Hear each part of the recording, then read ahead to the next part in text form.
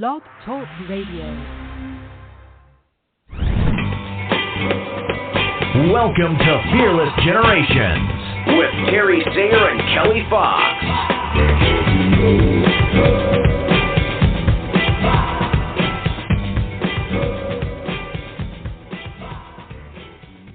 Hello, hello, hello. Welcome to Fearless Generations, 12 Steps to Freedom.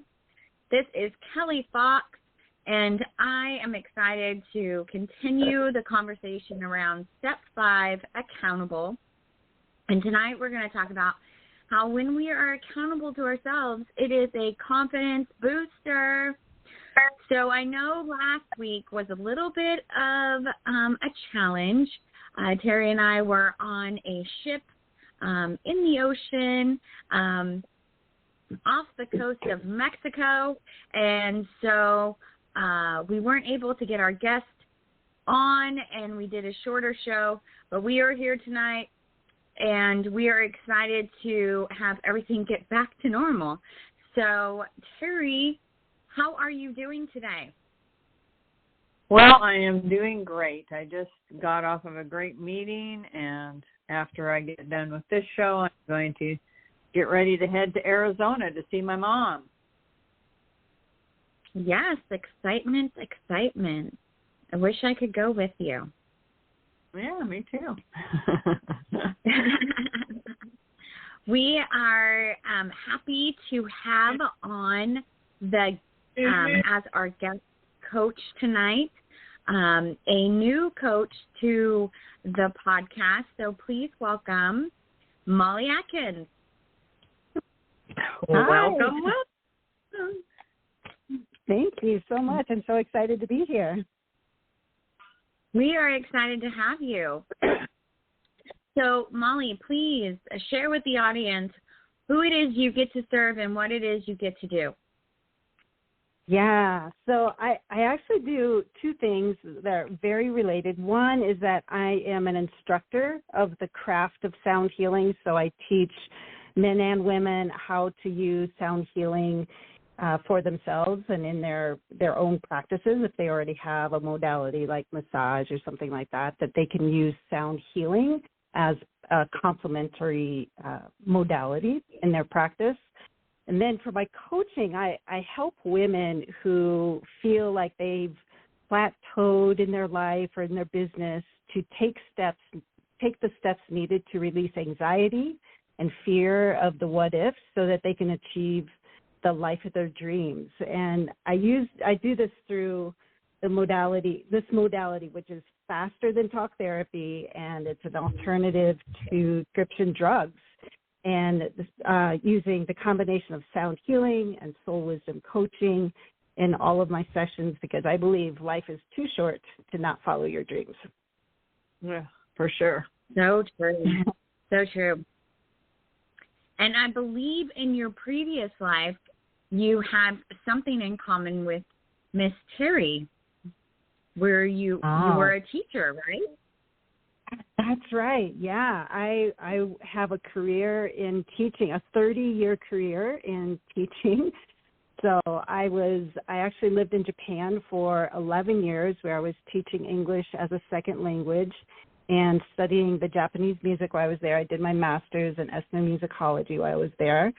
And then when I moved back to the States, I started teaching at the high school, the local high school, teaching Japanese and English as a second language again.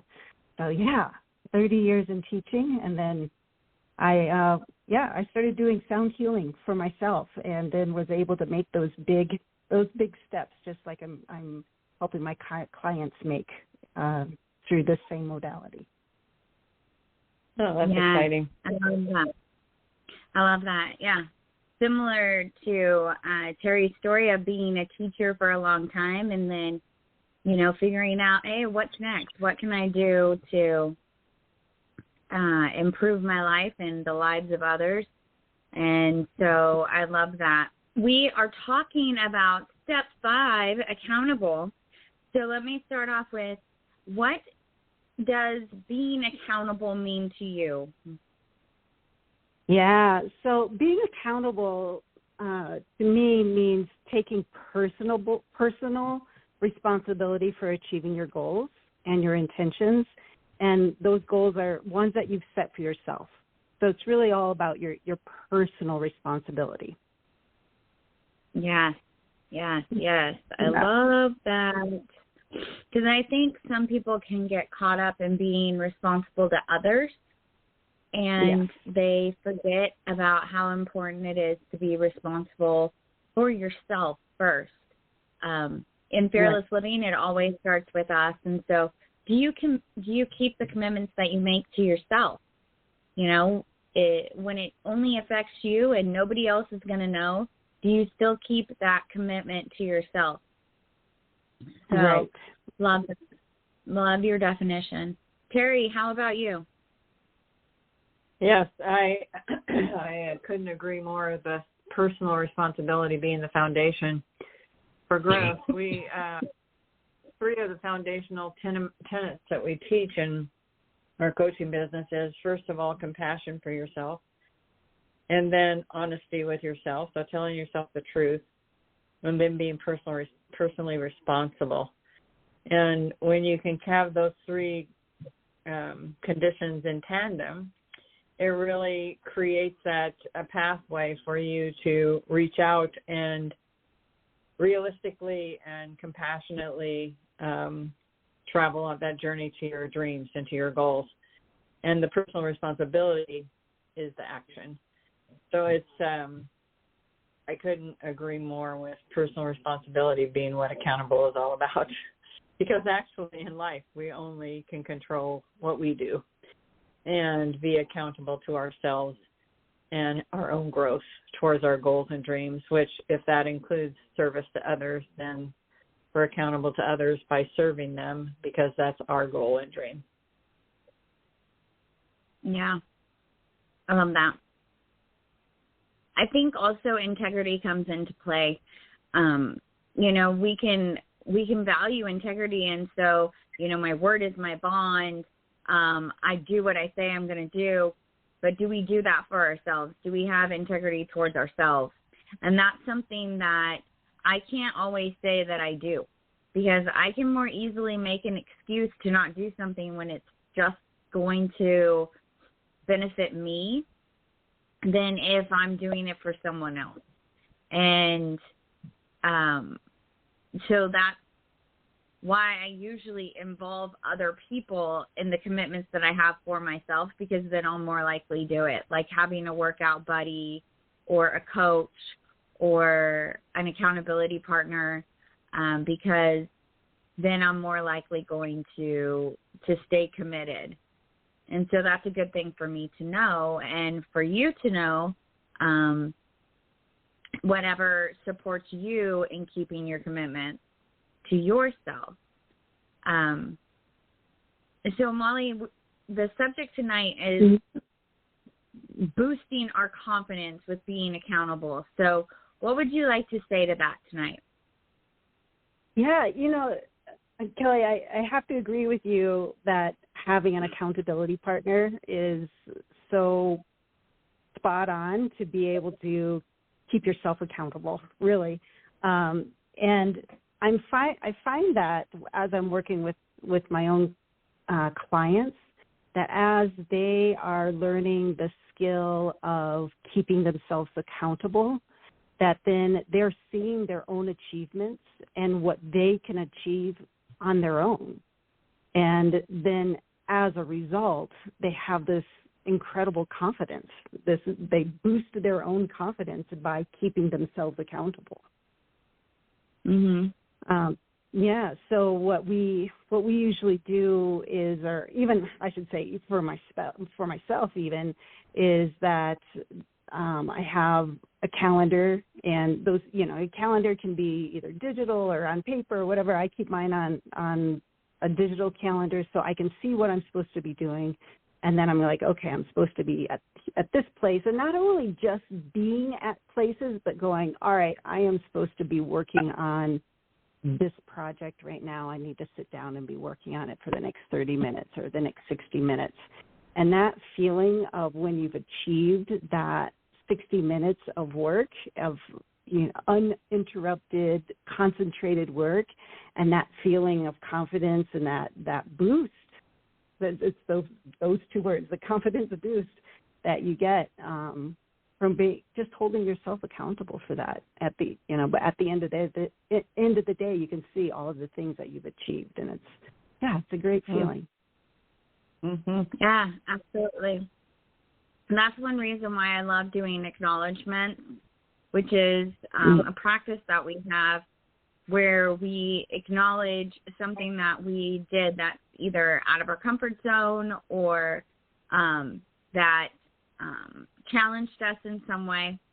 And I write mine in the morning for the previous day, and I always acknowledge myself for those times where I stepped out a little and I did something different, or I was accountable to myself or to my goals. Like tonight, getting up, leaving my warm bed, and going and making the family dinner, even though I'm feeling a little under the weather. And their dad would have probably done it with no issue. I want to show up in that way, and so I got up and I did it. And so, it's those little things that we can still acknowledge ourselves for, and it builds our confidence and our ability to keep our own commitment and be and show up as the person that we want to be. So I love that you shared that. Terry? Yes. What would you like to say about that? I'm here. Yeah, I also practice writing acknowledgments, and I like to look at those and see, well, what was the level of my willingness to fulfill a commitment to myself, and what was it, a risk? Was it just a little stretch, or how did I move towards my goals and my dreams? And those could be in a relationship, in a work situation, in my spirituality, whatever arena that I'm working on at that moment to move forward. And so to me, it's a very positive way to hold myself accountable by looking at my acknowledgments and really thinking about what did that produce in terms of forward movement in my goals and dreams. And it really keeps me on track, and it also gives me confidence because I was able to write 5 or 6 of them for the previous day. So it's a tool that has been very effective for me, and one that I've practiced for many years, and it's helped me to move forward in a variety of situations in my life. Absolutely. And I feel like we also have a tool that is called intentions, and I have a overarching intention that I practice every day, which is trusting myself more. And so when I acknowledge myself for trusting myself, it builds my confidence in my ability to trust myself. And so it just builds on top of, every day builds on top of each other until my confidence of being able to trust myself is greater, and my comfort zone has expanded. Molly, is there a tool that you use to support your clients in being accountable? Yeah, there's actually 2 that's coming to mind. One is it's very similar to acknowledgments that you're using, but I call them celebrations. So we celebrate the little things and the big things that have happened over the week. Could be just, like you said, getting out of bed and making dinner. Could be just getting out of bed. Could be one of the acknowledged or one of the celebrations. Or it could be I went to a networking meeting, or I was able to achieve this, created this a post or something like that, wrote something. And just get, as the clients are seeing and really looking at what they've achieved and those little celebrations, they're seeing they have more and more confidence, and they're become more and more positive as well. Because some of us tend to see the negative side without acknowledging the positive side, those great things that we're doing as well.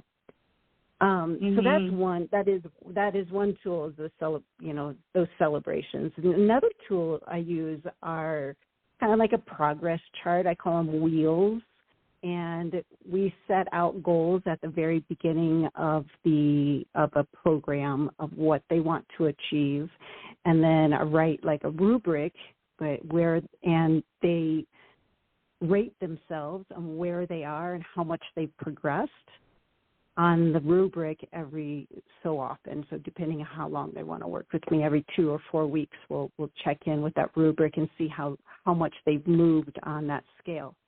The interesting thing about that is that sometimes, if it's a scale from 1 to 10, and they might say, oh, I'm at a 5, but then 4 weeks later, they're like, I think I'm at a 3 now. And they're like, I don't understand. I'm like, well, that's because you've achieved so much. You know more about what you're doing. So it's like, because you know more, you give yourself a lower score. You know what you don't know. You didn't know before. Yeah. So it's really interesting. So even if they feel like they're going backwards on the rating, that's still progress. And then being able to see how much they've grown over the weeks is really, really a great tool. Yeah, absolutely.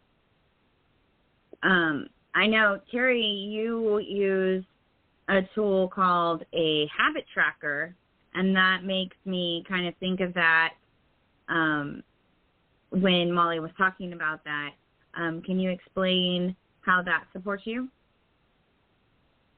Well, it's just it's a visual, sort of like a graph, and you choose specific behaviors that are goals that towards your intention, and then you track every day. You'll fill in the little space if you were able to accomplish that particular activity for the day, and it gives you a nice visual record of what was it that was more, you had more ease in completing, and what was more of a challenge, so that you can then take that particular activity and break it down even more, so that you can kind of backward map it to where you would be able to, break that down into maybe 2 things to help you take smaller steps towards completing that habit.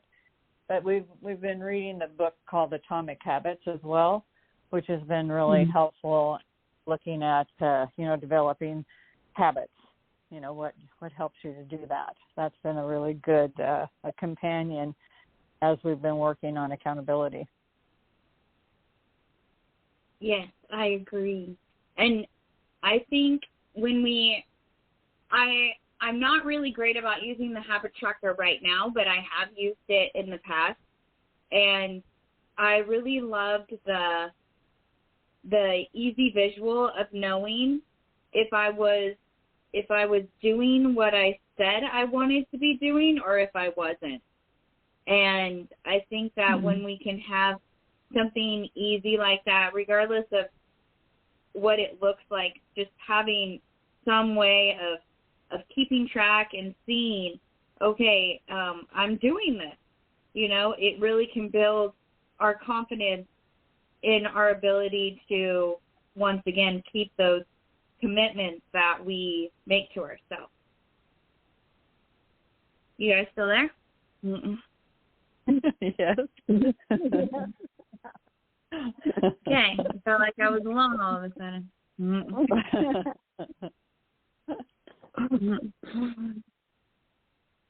And I love the idea of rating yourself. Sorry, go ahead, Molly. No, I was just going to agree with what you were saying, that having some kind of tracker so that you can visually see what your progress is just really an amazing tool, really effective tool. Mhm. Yeah, it's kind of like the gold star method. Mm-hmm. Don't call. Like, I did it today. Give myself a gold star. I'd like to know a little bit more about sound healing, Molly, if you're willing to talk to us a little bit about that and how that fits into our journey and our progress. Oh, yeah. So sound healing is the usage of a variety of instruments and using the vibrations to help release any past trauma that might have been stuck in the energy. So what I do is I use different instruments like crystal singing bowls and Tibetan bowls and gongs and chimes, tuning forks. So a lot of these instruments are used they're from ancient civilizations, things that have been used for thousands and thousands of years that we're rediscovering. And as I use the instruments or play the instruments around my clients as they're laying like on a massage table, then I can hear how the vibrations of the sound interacts with their energy. And so if they've had some type of trauma in the past, I can hear it stuck in their energy, like the vibration will stop or slow down or even speed up in some cases. And then it's really interesting.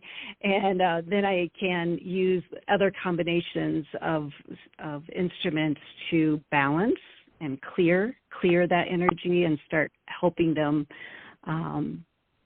move past that trauma. So I also get sometimes information or downloads, some people might call this, about what that is.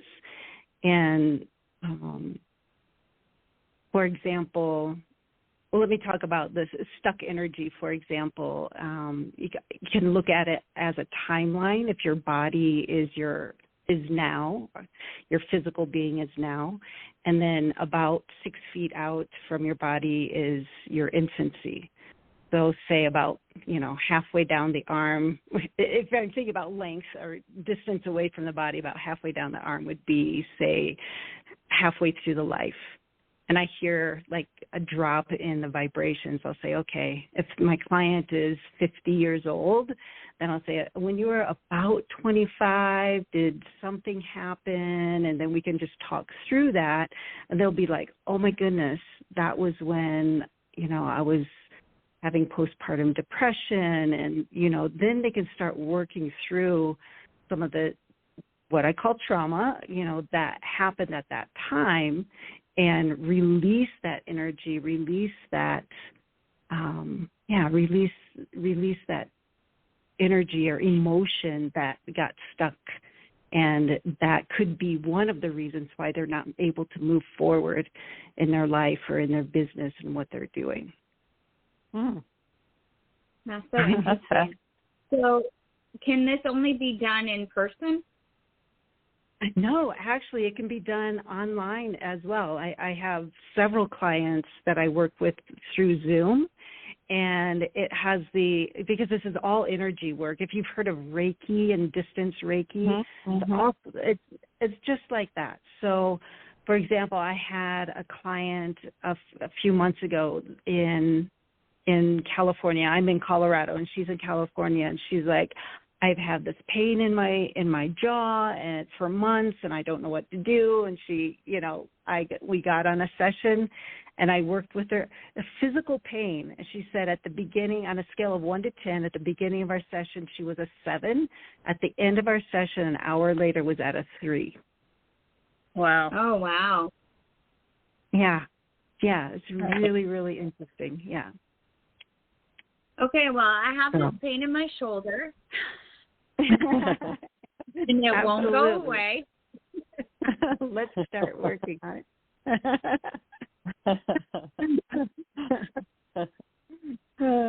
That's so fascinating. I love hearing about all the different modalities of energy healing and how there's so many different ways to get our energy moving and cleared and heal those things that happen to us so that we can go and live a full life.